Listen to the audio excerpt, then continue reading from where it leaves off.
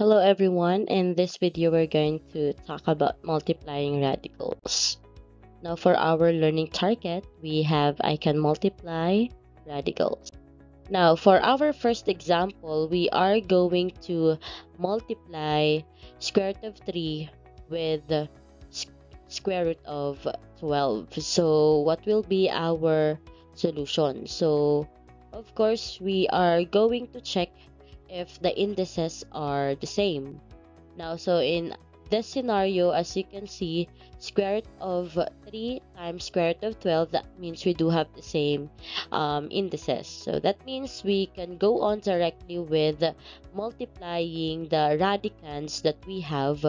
So 3 times 12, that would be 36. So that means we do have square root of 36. And then from here, we can now simplify the given radicand. So fortunately, we do have square root of 36 and we'll have the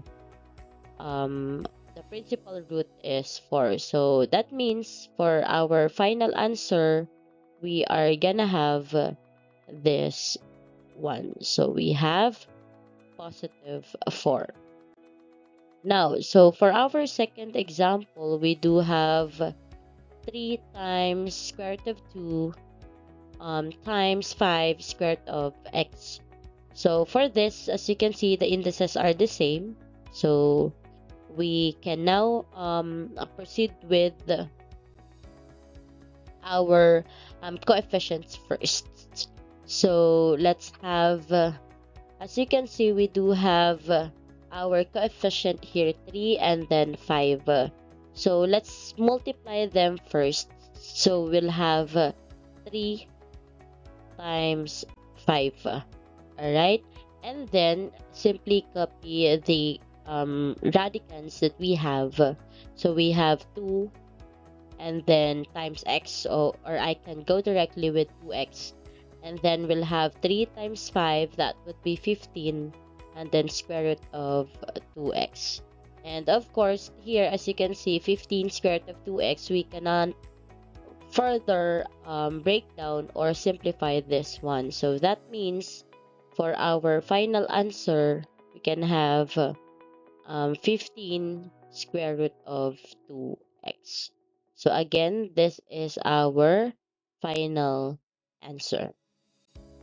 Now for task number 3, so again, we are gonna look at the indices of our given radicals. So as you can see, we do have the same indices. That means we can go on further to our process. So we have a times a raised to 5. So we're gonna have a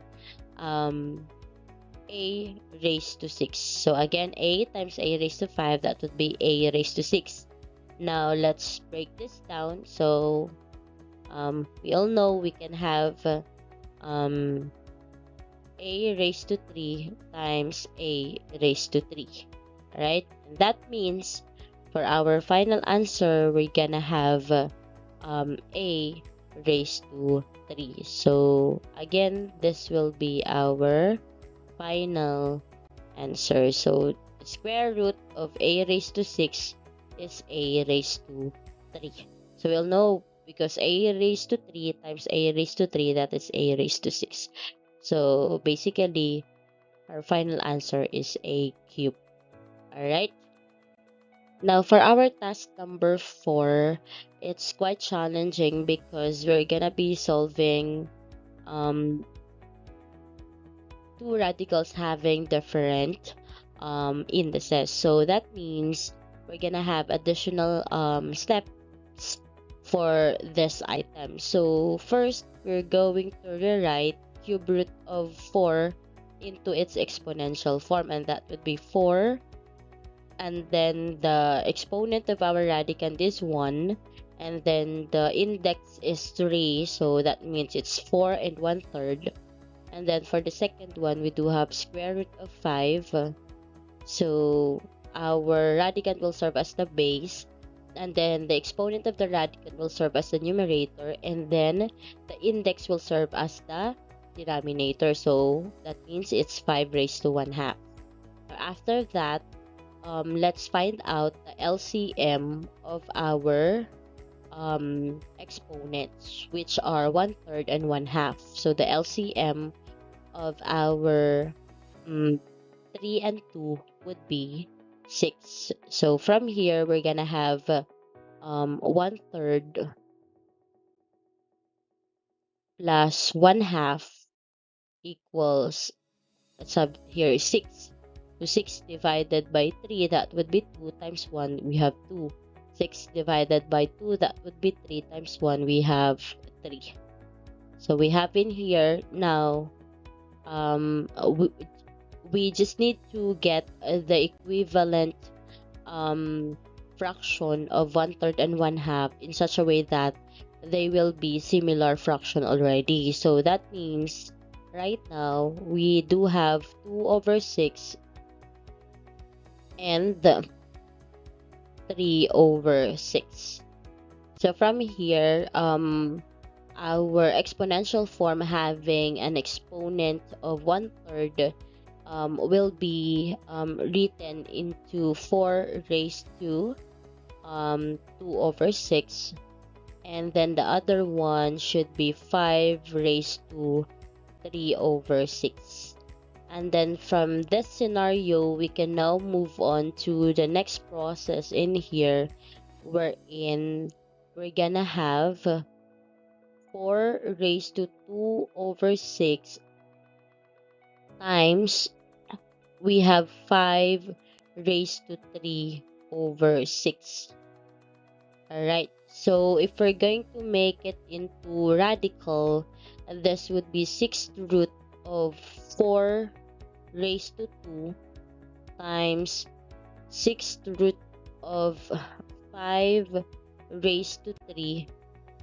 So we're gonna have 6th root of 4 raised to 2, that is 16, times 6th root of 5 raised to 3, that would be 125.